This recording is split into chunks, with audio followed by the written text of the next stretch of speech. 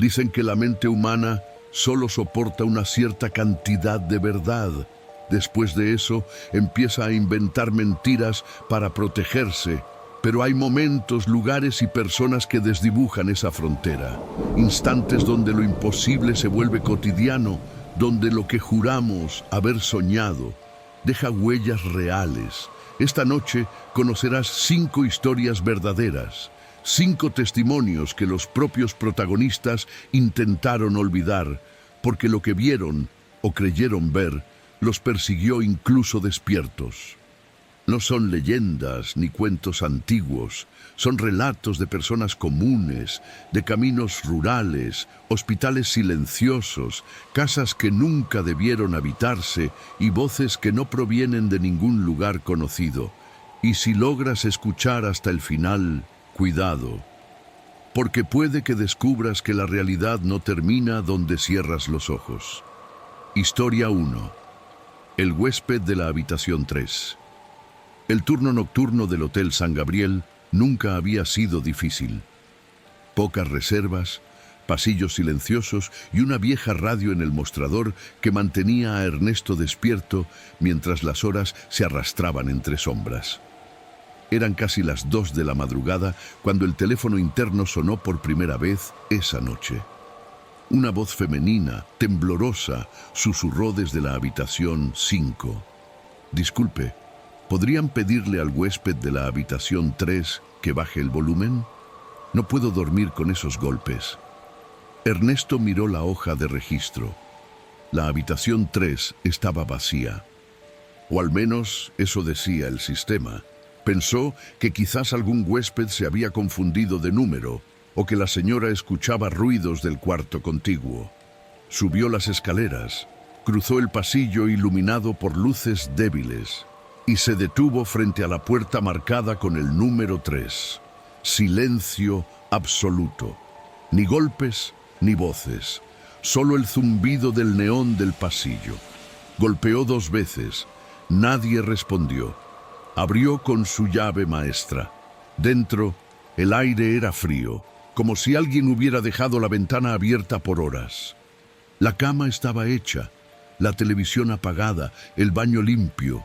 Todo parecía en orden, hasta que notó algo extraño.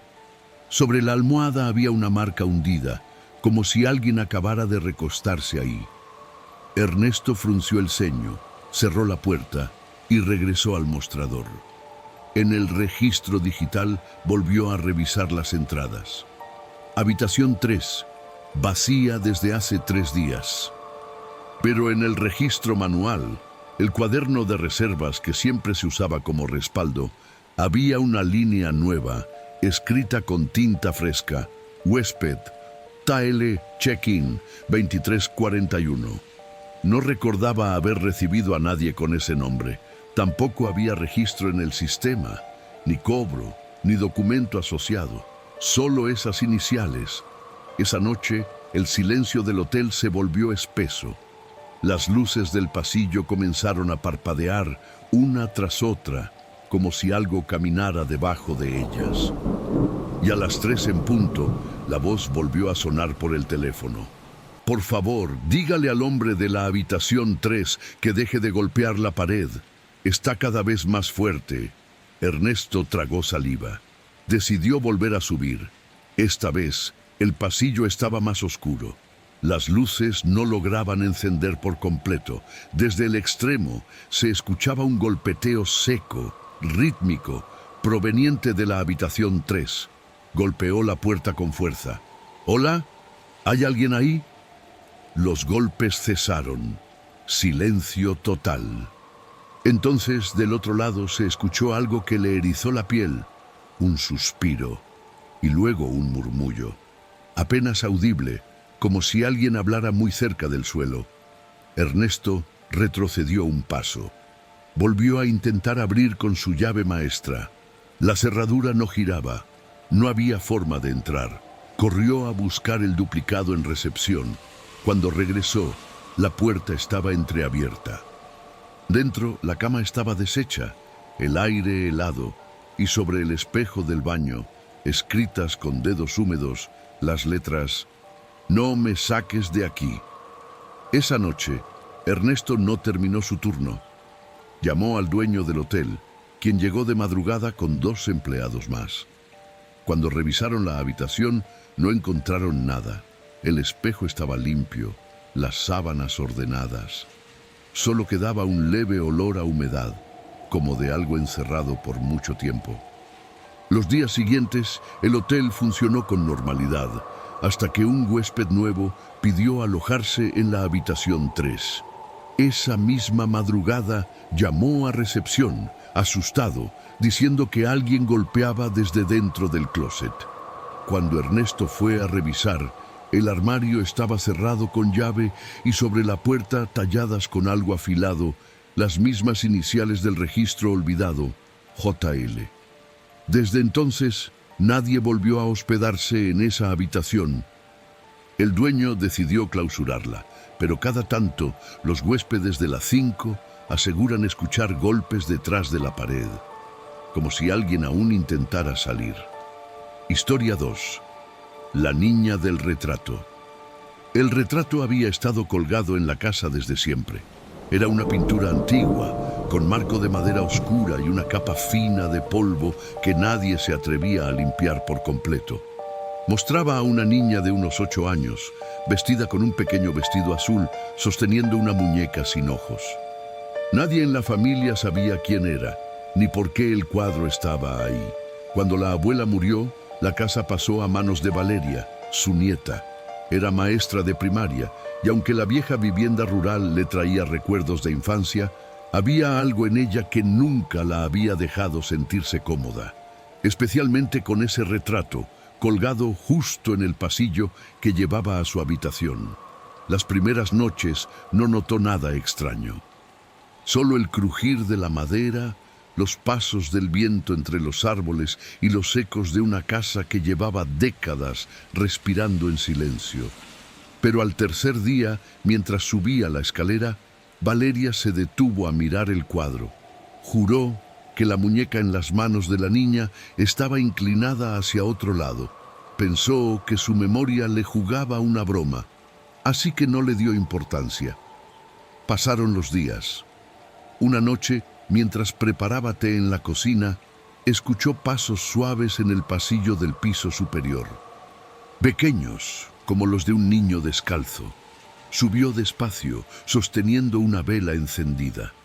No encontró a nadie, solo el retrato, inmóvil, observándola con esa expresión vacía. Pero ahora la muñeca tenía una grieta en la cabeza, como si alguien le hubiera dado un golpe. Valeria llamó a su madre al día siguiente. Le preguntó si recordaba algo sobre ese cuadro. La voz del otro lado del teléfono titubeó antes de responder. Tu abuela nunca quería que lo tocáramos. Decía que pertenecía a otra familia. ¿Qué vino con la casa? Valeria sintió un escalofrío. Esa noche decidió cubrir el retrato con una sábana blanca. Durmió mejor, aunque por momentos creyó escuchar, muy lejos, un susurro débil. Una voz infantil que repetía algo que no lograba entender. A la mañana siguiente, la sábana estaba en el suelo, el cuadro descubierto, y la niña ya no miraba al frente. Su rostro estaba ligeramente girado hacia el lado izquierdo, hacia la puerta de la habitación de Valeria. El miedo comenzó a instalarse como una sombra constante. Cada sonido, cada reflejo en el vidrio del retrato la hacía dudar de sus sentidos. Intentó moverlo al desván, pero el marco era más pesado de lo que recordaba. Cuando por fin logró colgarlo en la pared del ático, sintió un frío tan intenso que sus manos comenzaron a temblar. Y entonces lo escuchó claramente. Una risa de niña, breve, como un eco ahogado entre las vigas. Corrió escaleras abajo, cerró la puerta del desván y se encerró en su habitación. Pasó el resto del día sin subir, sin mirar, sin respirar con calma. Pero al anochecer, un golpe seco retumbó en el techo. Luego otro y otro, como si alguien caminara arriba arrastrando algo pesado. A medianoche, la puerta del desván se abrió sola. El sonido de la bisagra fue tan lento que Valeria pensó que estaba soñando. Subió con una linterna. El retrato no estaba. Lo encontró al día siguiente en el pasillo, de nuevo colgado en su sitio original. Solo que esta vez la niña ya no tenía la muñeca en las manos. El marco estaba húmedo y en el suelo, justo debajo, yacía una muñeca real. Antigua, sin ojos, con un vestido azul desteñido. Valeria no volvió a tocar nada. Decidió vender la casa. Empacó en una sola noche, sin mirar atrás.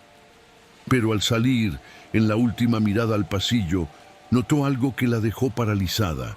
Donde antes estaba la niña, ahora el retrato mostraba un espacio vacío. Solo el fondo del paisaje y una leve sombra infantil en la esquina del lienzo. Nadie quiso comprar la casa. Los vecinos dicen que por las noches se ven luces tenues moviéndose detrás de las ventanas. Y los pocos curiosos que se han atrevido a entrar aseguran que en el pasillo aún cuelga el retrato, aunque la niña sigue sin aparecer. Solo la muñeca, de pie, mirando hacia quien entra, como esperando que alguien vuelva a jugar con ella. Historia 3. El camino de las luces rojas. En los mapas, la ruta secundaria que unía el pueblo con la carretera principal aparecía como una línea gris, casi borrada por el tiempo. Para los habitantes de la zona era simplemente el atajo. Un tramo estrecho, flanqueado por pinos altos y cercado por alambrados viejos, que reducía 40 minutos de viaje a 20. Nadie lo transitaba de día. De noche menos. El problema no era el camino en sí, era lo que algunos aseguraban haber visto a mitad del trayecto. Una secuencia de luces rojas que, una vez seguidas, te conducían a un lugar del que no siempre regresabas igual. 3 destellos, pausa. 2 destellos, pausa. 1 sostenido, como un código o una invitación. Mateo conocía la leyenda desde niño. Su padre, camionero, solía decir que las luces no eran fantasmas ni nada de eso, sino cazadores furtivos señalándose entre sí en el bosque. Mateo creció creyéndole, hasta que una noche de agosto, cuando la niebla bajó espesa sobre el valle, le tocó tomar el atajo por primera vez. Conducía una pick-up vieja, cargada de cajas con herramientas agrícolas. La radio apenas sintonizaba una estación local que se perdía entre chasquidos. La luna parecía una moneda apagada detrás de la neblina. A los pocos kilómetros, la brea se volvió irregular y el bosque cerró su sombra como un túnel. Fue entonces cuando las vio. 2 luces rojas, pequeñas, en el arcén derecho, a la altura de un portón de alambre. No eran ojos de animal, no eran frenos de otro vehículo. Estaban bajas, a medio metro del suelo, y parpadeaban con un ritmo fijo. 3 destellos, pausa. 2 destellos, pausa. 1 sostenido. Mateo redujo la velocidad. El corazón le golpeó el pecho. Recordó las historias. Y sin saber por qué, acortó la marcha hasta casi detenerse. Las luces dieron un destello simultáneo, más largo, como si lo hubieran reconocido. «Cazadores», se dijo en voz baja. «Deben ser cazadores». Aceleró para alejarse, pero el camino le devolvió una trampa. 100 metros más adelante, nuevas luces rojas parpadearon a la izquierda, justo donde la alambrada cedía a un sendero de tierra. Esta vez estaban más cerca, como si se hubieran adelantado. Mismo patrón, misma invitación. La radio emitió un zumbido grave y quedó en silencio. Mateo tragó saliva. No podía ser casualidad. Durante 15 años, nadie había puesto semáforos improvisados en ese tramo. No había postes, ni energía eléctrica, ni razón alguna para que la oscuridad de pronto se llenara de señales. Pensó en dar la vuelta, pero el camino era estrecho y la zanja a ambos lados, traicionera con la neblina. Siguió avanzando, atento, hasta que las luces aparecieron por tercera vez, ahora frente a él, a la altura de un portón oxidado que no recordaba haber visto. El patrón cambió. 2 destellos, pausa. 2 destellos, pausa. 2 destellos. El motor vaciló un segundo como si hubiera tragado aire frío. Mateo soltó un insulto, giró el volante para esquivar el portón y mantener la ruta, pero un golpe seco se oyó bajo el chasis. La pick-up se sacudió, el velocímetro cayó, el motor se apagó. Silencio. Respiró hondo. La neblina entró por las rendijas del vidrio como un aliento húmedo. Las luces rojas, inmóviles, parecían esperar. Revisó su teléfono. Sin señal. Encendió de nuevo. Nada. Probó con el freno de mano. Primera marcha. Giro de llave. El motor respondió con un tosido y volvió a morir. Mateo no era supersticioso. Salió del vehículo con la linterna del celular y levantó el capó. Todo en su lugar. Nada roto, solo un olor extraño, dulce, como a madera quemada hace mucho tiempo. Cuando cerró el capó y levantó la vista, las luces ya no estaban junto al portón. Ahora se alineaban, una tras otra, internándose por el sendero de tierra que se perdía entre los pinos, como migas de pan, como una fila de luciérnagas artificiales.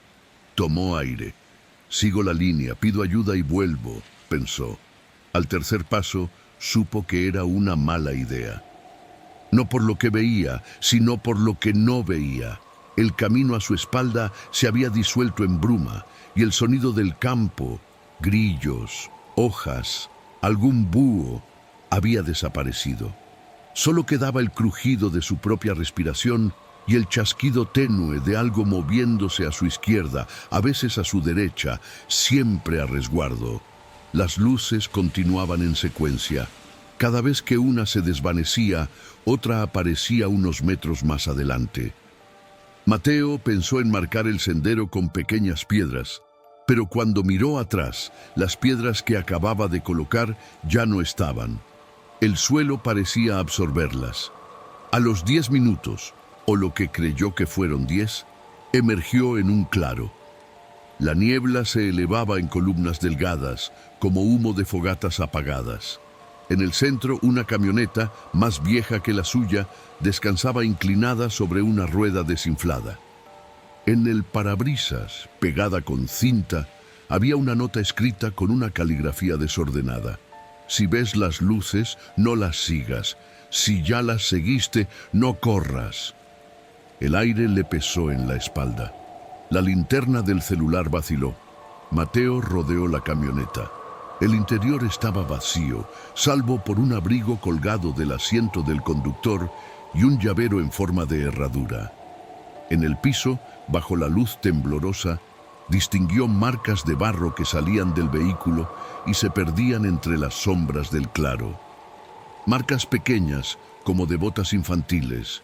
Las luces rojas aparecieron de nuevo, esta vez muy juntas, en un borde del claro, al pie de un pino grueso. Parpadearon con impaciencia. Mateo dio un paso, luego otro. Cuando estuvo a 1 metro, descubrió que las luces no colgaban de nada, flotaban a la altura de sus rodillas, como si una criatura invisible las sostuviera. Sintió entonces una vibración leve, un zumbido en el aire, y una palabra golpeó el fondo de su cráneo con un eco enfermizo. «Vuelve». Retrocedió de golpe. La linterna se apagó. La oscuridad se cerró como una boca. Algo rozó su pantorrilla, algo frío, con textura de alambre y sangre seca. Corrió.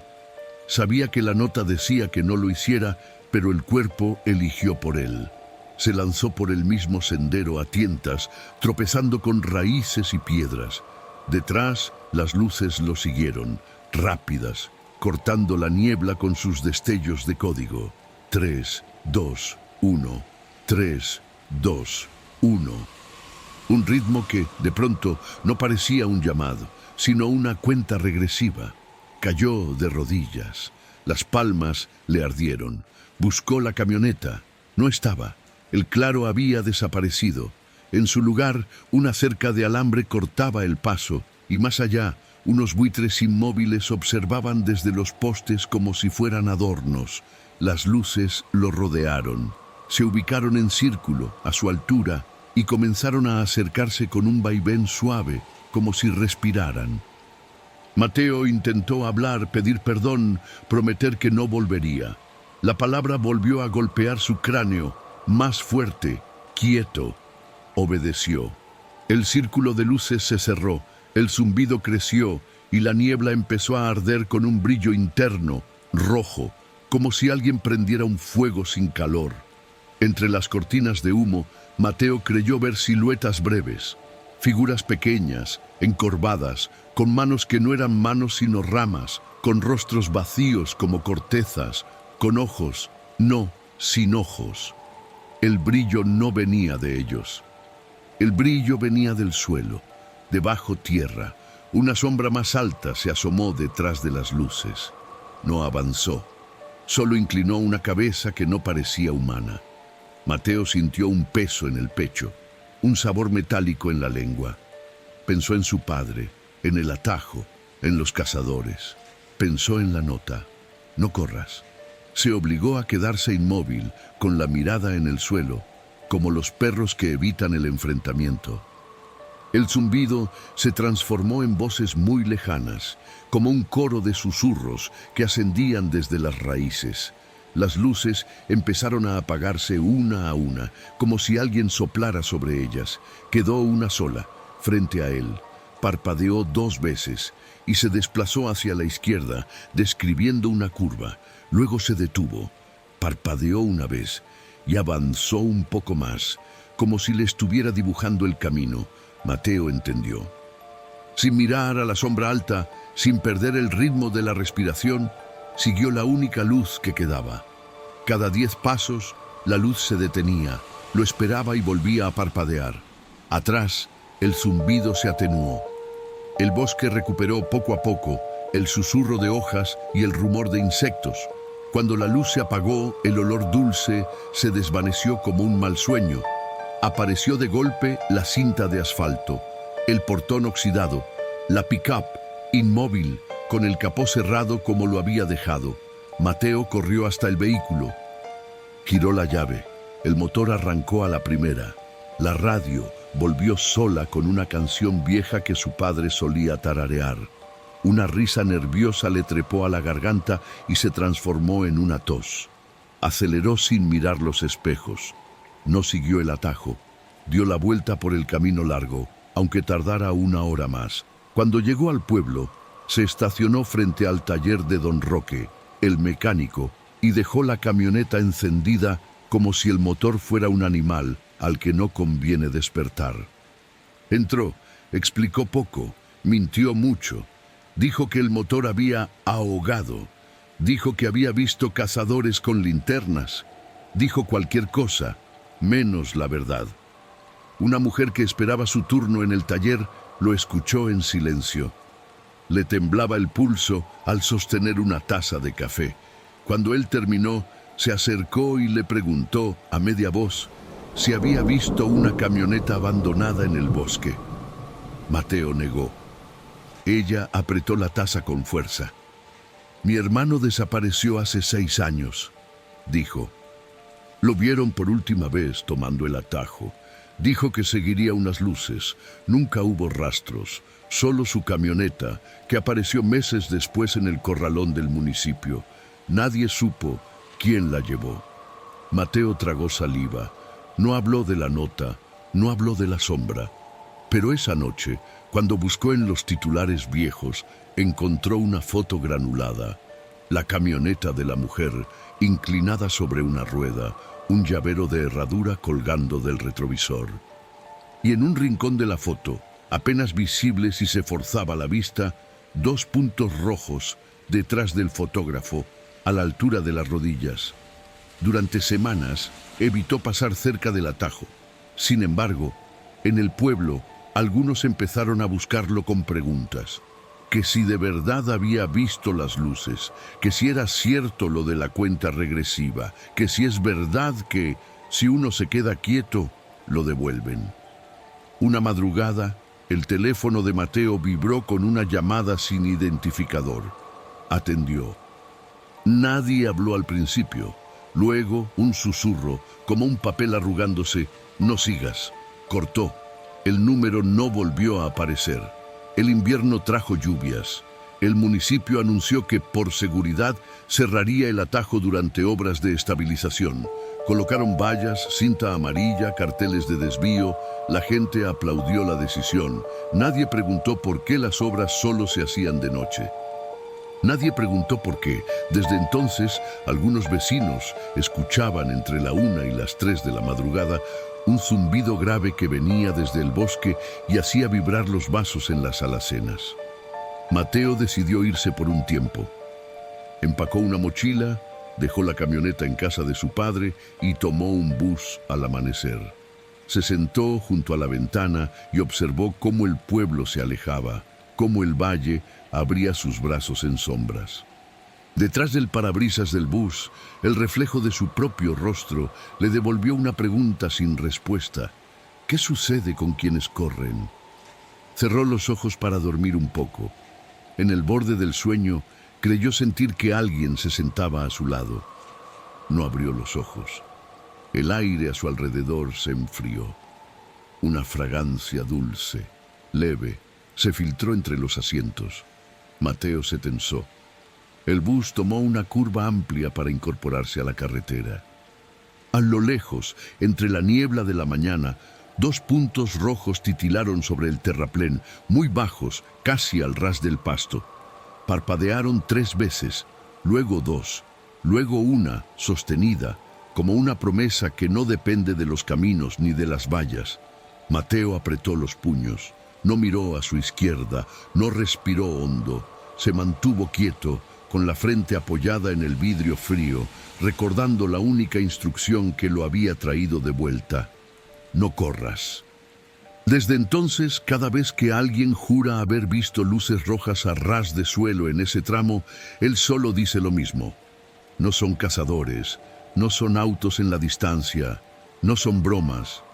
Son algo que espera, que aprende, que imita, y que, cuando te mira, no lo hace con ojos, lo hace con la tierra, con lo que hay debajo. Si alguna noche te toca tomar ese atajo y ves señales que antes no estaban, no pienses que el camino se volvió más seguro. Piensa que alguien o algo te está probando. Y si ya diste el primer paso, recuerda el ritmo. 3, 2, 1. Porque puede no ser un llamado. Puede ser la cuenta de cuánto te queda. Historia 4. La llamada desde el número desconocido. Camila nunca había temido a los teléfonos. Trabajaba en atención al cliente, así que pasaba el día respondiendo llamadas de desconocidos. Pero esa noche, cuando el móvil vibró sobre la mesa a las 2:17 de la madrugada, el sonido la arrancó del sueño como un cuchillo. Número desconocido. Pantalla iluminada en mitad de la oscuridad. Ninguna notificación previa, ningún mensaje. Solo la llamada, insistente. Descolgó sin pensar. Silencio. Al principio creyó escuchar el eco de su propia respiración, pero luego notó algo más. Una interferencia tenue, como el roce de alguien moviendo un micrófono y una voz débil, casi apagada, que decía su nombre. Camila. No era una voz cualquiera. Era familiar, demasiado familiar. Cortó de inmediato. Intentó volver a dormir, pero el corazón le latía tan fuerte que cada latido retumbaba en el colchón. Al mirar la pantalla, notó algo imposible. El número que había llamado era el suyo propio, su propio número. Pasó el resto de la noche despierta, observando el teléfono, esperando una explicación racional que no llegó. Por la mañana, comentó el incidente a su compañera de trabajo, Laura, entre risas nerviosas. Habrá sido una confusión del sistema, dijo Laura. A veces las redes se cruzan y aparece tu propio número. Camila quiso creerlo, pero en el fondo algo no cuadraba. A mediodía, revisó el registro de llamadas. El número desconocido había vuelto a marcar a las 3:05, a las 4:40 y otra vez a las 5:12. Ella no había escuchado ninguna de esas veces. o no recordaba haberlo hecho. Decidió borrar el historial y olvidarlo. Pero al día siguiente, la llamada regresó. Mismo número, misma hora, mismo silencio al responder. Esta vez, dejó el teléfono en altavoz y grabó el audio. Cuando revisó la grabación, no escuchó nada al principio, hasta que amplificó el sonido. Entonces, entre el zumbido de fondo, distinguió claramente 3 palabras. ¿Por qué colgaste? El miedo se le instaló en el pecho. La voz era suya, idéntica. Esa noche no durmió en casa. Pidió quedarse en el departamento de Laura, pero incluso allí, a las 2:17, el teléfono volvió a sonar. Laura atendió por ella. Y lo que escuchó la dejó sin color en el rostro. «Era tu voz, Cami», dijo con la mirada fija en el aparato. Pero no sonaba viva. Camila decidió apagar el móvil y dejarlo sobre la mesa. Por precaución, quitó la batería. Pero a las 3:30 el teléfono vibró, sin batería, encendido. En la pantalla, su propio número parpadeando. El tono se cortó después de 3 timbrazos. Cuando miró el registro, había un nuevo mensaje de voz. Lo reprodujo temblando. Primero, estática. Luego su voz: «No respondas cuando despierte». El mensaje se interrumpió con un golpe seco, como si alguien hubiera dejado caer el teléfono. A la mañana siguiente, fueron a la policía. El oficial que las atendió trató de disimular la incredulidad. Pidió revisar el móvil, pero en el registro ya no había nada.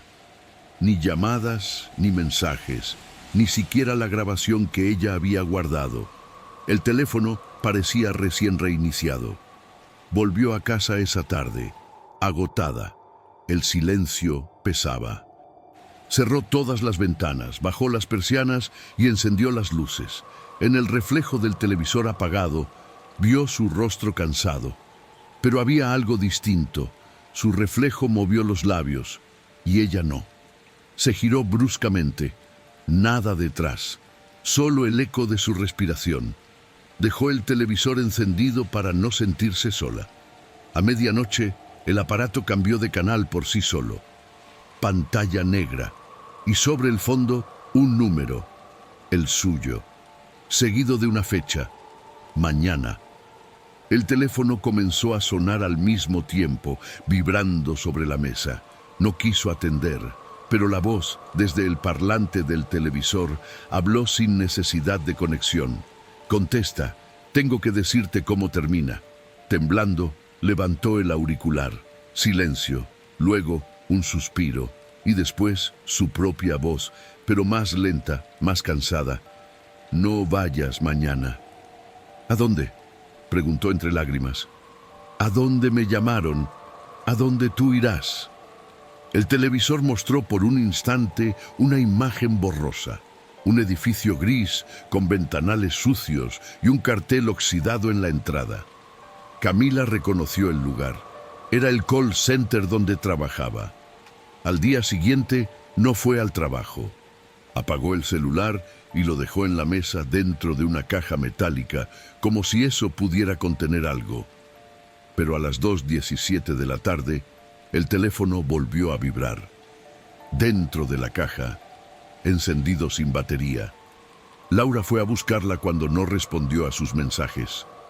La encontró en el sofá con los ojos abiertos y el teléfono en la mano. En la pantalla, una llamada en curso. «Camila, tú». El informe policial concluyó que el aparato no tenía SIM, ni energía, ni conexión. Y sin embargo, el registro mostraba la duración de la llamada, 00:12:17, la misma hora en que el corazón de Camila se había detenido, según el forense. Días después, Laura recibió una llamada desde un número desconocido. Cuando atendió, no hubo palabras. Solo un susurro tenue, ahogado, que repetía: «No vayas mañana». Desde entonces, cada 2:17, el teléfono de la oficina suena aunque nadie lo marque. Nadie se atreve a contestar. Dicen que en la línea se escucha la respiración de una mujer, como si esperara una respuesta. Y si alguien lo hace, si alguien responde, la llamada no termina nunca. Historia 5. El último pasajero. El colectivo nocturno de la línea 46 hacía su recorrido final a las 23:40. Un trayecto rural que unía los barrios del sur con la terminal vieja, atravesando caminos de tierra y pueblos casi dormidos. Hacía años que nadie quería cubrir ese turno. Solo Hugo, el chofer más antiguo, seguía haciéndolo con la resignación de quien se acostumbra a no tener testigos. Decía que la noche tenía su propio ritmo, que el motor sonaba distinto cuando la luna era nueva y que las paradas del camino nunca estaban vacías del todo, aunque no hubiera nadie a la vista. Siempre hay alguien mirando, repetía con media sonrisa cansada. Esa noche el cielo estaba limpio y el aire pesaba con olor a lluvia vieja. El colectivo avanzaba lento entre los pastizales, iluminando con sus faros los carteles oxidados y los árboles torcidos que parecían acercarse más de lo normal. A las 00:12 llegó a la última parada antes de la terminal, La Quebrada. Un poste inclinado, una banca rota y un anuncio de líneas ya borradas por el tiempo. Nunca había nadie a esa hora. Pero esa noche sí. Una mujer esperaba junto al cartel, cabello largo, oscuro, vestido gris. No hizo señal alguna, simplemente estaba ahí, quieta, con la mirada clavada en el pavimento. Hugo frenó por costumbre, abrió las puertas. La mujer subió sin mirarlo. Pagó el boleto con una moneda vieja, tan vieja que ni siquiera sonó al caer en la caja. Se sentó en la última fila, junto a la ventana. El colectivo arrancó. El retrovisor mostraba su silueta inmóvil, sin pestañear, sin moverse. A Hugo le pareció raro, pero siguió manejando. A esas horas, lo raro era normal. Después de unos minutos, notó algo extraño. El espejo interior no reflejaba el asiento donde ella debía estar. Solo mostraba el pasillo vacío, con la luz parpadeando. Miró directamente hacia atrás, sin usar el espejo. La mujer seguía ahí, sentada, mirando hacia afuera. El corazón le dio un vuelco. Volvió a mirar el espejo. Nada, solo el pasillo. «Será la luz», pensó, aunque la voz interior que lo acompañaba cada noche le decía que no. A mitad del trayecto, el motor empezó a fallar. El vehículo tosió, tembló y finalmente se detuvo. Afuera, el campo abierto. Niebla densa. Silencio. Hugo suspiró, tomó la linterna y se levantó. «Voy a revisar el motor, señora», dijo al pasar por el pasillo. La mujer no respondió. Ni siquiera pareció escucharlo. Al bajar, el aire estaba helado. Abrió el capó y revisó las conexiones. Nada parecía fuera de lugar. De pronto, escuchó un sonido sordo detrás de él. Las puertas del colectivo se habían cerrado solas. Golpeó la chapa con la palma. «Señora, no cierre». Ninguna respuesta. Subió de nuevo. Las luces interiores estaban apagadas. Solo un destello pálido del tablero iluminaba el pasillo. La mujer ya no estaba. El asiento vacío. El boleto seguía sobre la tela como si nadie lo hubiera tocado. Hugo miró a su alrededor. Abrió la puerta del fondo. Nada. Solo el campo. Entonces escuchó un golpe. 3 toques secos contra la chapa del colectivo, del lado derecho. Volvió la linterna. Nada. Solo su propio reflejo en el vidrio. Subió al asiento del conductor y giró la llave. El motor arrancó a la primera. No entendía nada, pero solo quería llegar a la terminal. Cuando el vehículo retomó la marcha, un sonido lo hizo temblar. El clic metálico de una puerta abriéndose detrás de él. Volteó el espejo. Otra vez, el pasillo vacío. Pero el ruido de pasos avanzando por el pasillo era inconfundible. Lentos, pesados, húmedos. «¿Señora?», preguntó sin girarse. Silencio. Los pasos se detuvieron justo detrás de su asiento. El aire se enfrió tanto que el parabrisas se cubrió de escarcha. La radio, que llevaba apagada semanas, se encendió sola. Una voz débil, con interferencia, susurró entre el ruido blanco: «No debiste recogerla». Hugo giró bruscamente. El asiento vacío, el pasillo vacío. Solo un perfume tenue, antiguo, flotando en el aire. Pisó el acelerador. El colectivo se lanzó por la carretera desierta. A lo lejos ya se veía la terminal, con sus luces amarillas y las sombras de los demás vehículos estacionados. Cuando llegó, respiró aliviado. Dejó el motor encendido, abrió las puertas y bajó. El supervisor lo esperaba en la entrada, con los brazos cruzados. «Llegas tarde, Hugo», dijo mirando el reloj. «¿Y la pasajera?» «¿Cuál pasajera?» «La que subió en la quebrada. Me avisaron por radio que llevabas a una mujer». Hugo se quedó helado. No había nadie cuando llegué». El supervisor frunció el ceño. «Hugo, no me mientas. Tenés el boleto acá». Sacó una hoja de control y la mostró. El sistema registró el pago con una moneda de 50 centavos. Año 1974. Hugo no supo qué decir. Solo pensó en la moneda que había caído sin sonido. Esa noche no volvió a casa. Se quedó dormido dentro del colectivo, con el motor apagado, intentando convencerse de que todo había sido un mal sueño. Pero a las 3:15, un ruido metálico lo despertó. La puerta trasera se abrió sola, y desde el fondo del pasillo, una voz femenina, casi un susurro, dijo su nombre: «Hugo». Él no respondió. Solo encendió el motor y se fue sin mirar atrás. A la mañana siguiente, el supervisor encontró el colectivo estacionado en el mismo lugar, con el motor en marcha y las puertas abiertas. Hugo no estaba, solo su gorra en el asiento del conductor, y sobre el asiento trasero un boleto recién impreso con la hora 03:17 y una sola palabra en la casilla del destino: Terminal Final. Desde entonces, los choferes nuevos que hacen la ruta nocturna juran escuchar pasos en el pasillo cuando el vehículo queda vacío. Algunos dicen que, si miras por el espejo en el último tramo, se ve por un instante una figura sentada junto a la ventana del fondo. Cabello largo, vestido gris. Mirando hacia la oscuridad, y cuando el reloj marca las 00:12, las puertas se abren solas en la quebrada. Nadie sube, pero el sonido del boleto cayendo en la caja vuelve a escucharse, siempre con la misma moneda que ya no circula. Los choferes más viejos lo saben. Y aunque fingen no creer, todos hacen lo mismo antes de salir. Dejan el último asiento vacío, encienden la radio en bajo y murmuran una frase que se ha vuelto costumbre entre los que aún manejan por esas rutas: que suba si quiere, pero que nunca baje. 5 historias, 5 fragmentos de una realidad que muchos prefieren ignorar. Tal vez pienses que son solo relatos, ecos del miedo que habita en los rincones más antiguos de nuestra mente.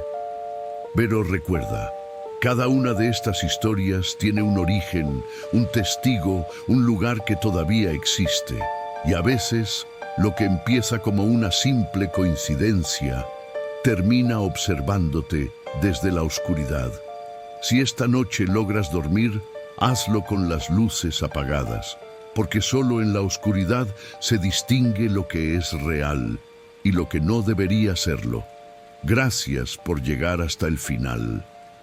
Si sentiste el escalofrío, si miraste 2 veces detrás de ti, o si simplemente disfrutas de los misterios que desafían la razón, no olvides dejar tu me gusta, suscribirte al canal y activar la campanita para seguir explorando conmigo esas historias que nos hacen dudar de la realidad. Nos escuchamos en el próximo relato, si es que todavía queda silencio para contarlo.